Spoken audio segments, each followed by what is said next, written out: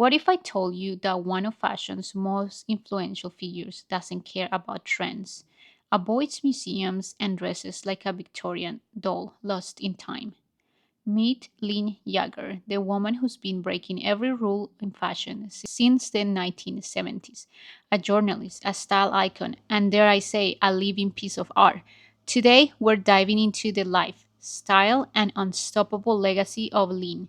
And trust me, by the end of this video, you'll be ready to embrace your own eccentricity with pride. Let's get into it. Lynn Yaeger is a fashion journalist who carved her own path through industry with sharp wit, relentless authenticity, and a style so distinct it could only belong to her. She started out at the Village Boys in the classifieds department, showing up to work in vintage gowns and velvet coats before rising to become the paper star fashion writer. She's since written for Vogue, The New Yorker, and countless other publications. But it's not just her words that captivate people, it's her look. As a graduate student, Yeager used her student loan to buy six expensive French dresses.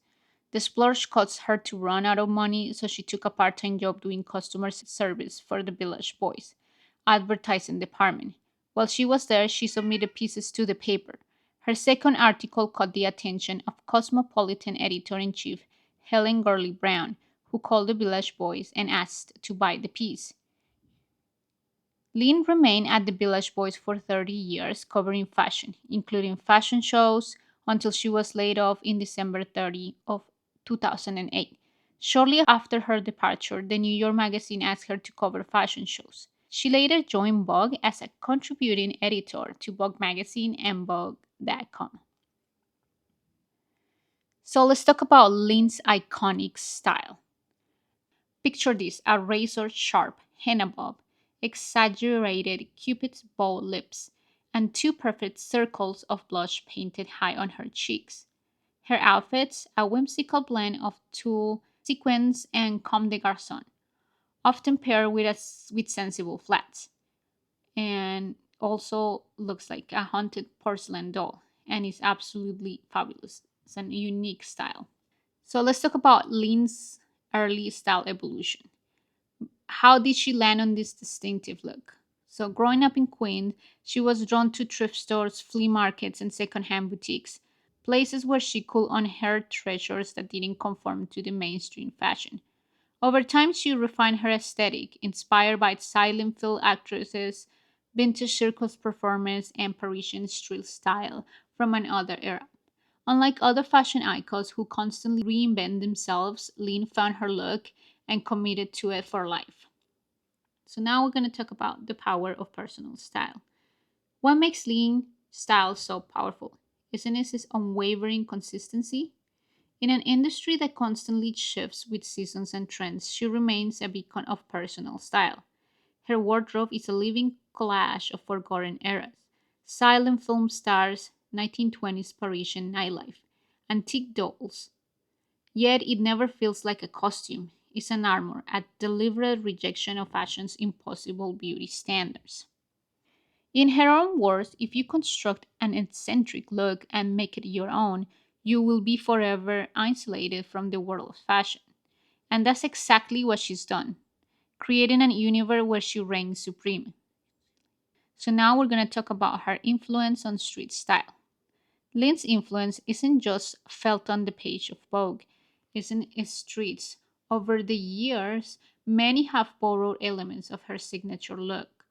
The heavy blush, the whimsical layers, the commitment to a character driven personal aesthetic. She's proof that true style doesn't come from designer labels but from an unwavering sense of self. Lynn is a literally force in fashion. She's not just a fashion icon, she's one of fashion's sharpest critics. Her writing is witty, insightful, and often hilarious. In a piece about a Marni outlet in Florida, she described a coat as looking as if sleeves were chopped off in a horrible accident. It is this blend of humor and honesty that makes her work so compelling. Unlike many critics who keep themselves at an arm's length from their subjects, Ling embraces the personal.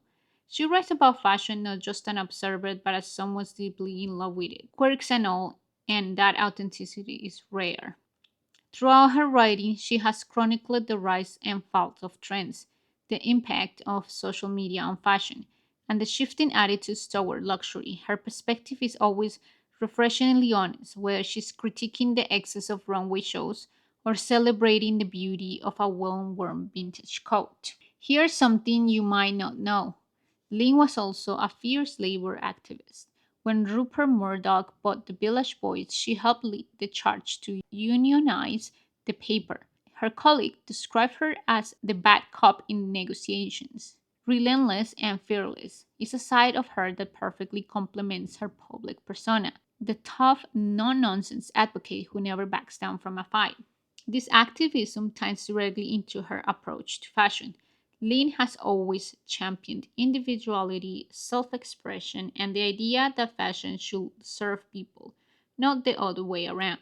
Her advocacy for workers' rights mirrors her belief in a fashion industry that is more inclusive and ethical. So, why Lynn Yaeger still matters? In a world where social media pushes curated perfection, Lynn Yaeger is a reminder that fashion should be fun, expressive, and most importantly, personal. She's inspired designers like Marc Jacobs and influenced countless fashion lovers to embrace their inner weirdo, and she's still out there, covering shows, scouring vintage shops, and living her truth every single day. In 2019, the CFDA honored her with the Media Award in honor of Eugenia Shepard, a well deserved recognition of her impact on fashion journalism. And even with all the accolades, Lynn remains refreshingly down to earth. Once admitting she prefers a store break over any conventional creative ritual. With fashion becoming increasingly homogenized, voices like Lynn's are more important than ever.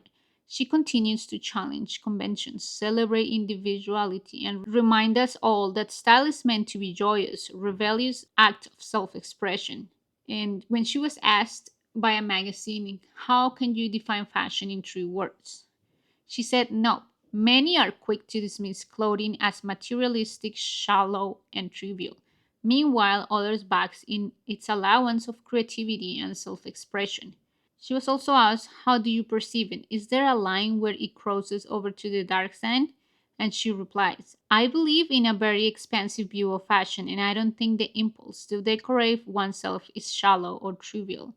I am interested in all kinds of fashion, how private school kids customize their uniforms, how trans kids look amazing with no money, how trends and ideas drift out from the streets and onto the runways, rather than the other way around. So, what can we learn from Lynn Yaeger? That style isn't about fitting in, it's about standing out, that fashion should be a playground, not a prison, and that sometimes the most powerful thing you can do is simply be yourself. So, the next time you hesitate to wear that wild outfit, ask yourself, what would Lynn do? The answer is probably wear it and add more ruffles. If you love this deep dive into Lynn Yaeger's world, don't forget to like and subscribe and hit the bell so you never miss a fashion breakdown. And let me know in the comments which fashion icon should we cover next. Until next time.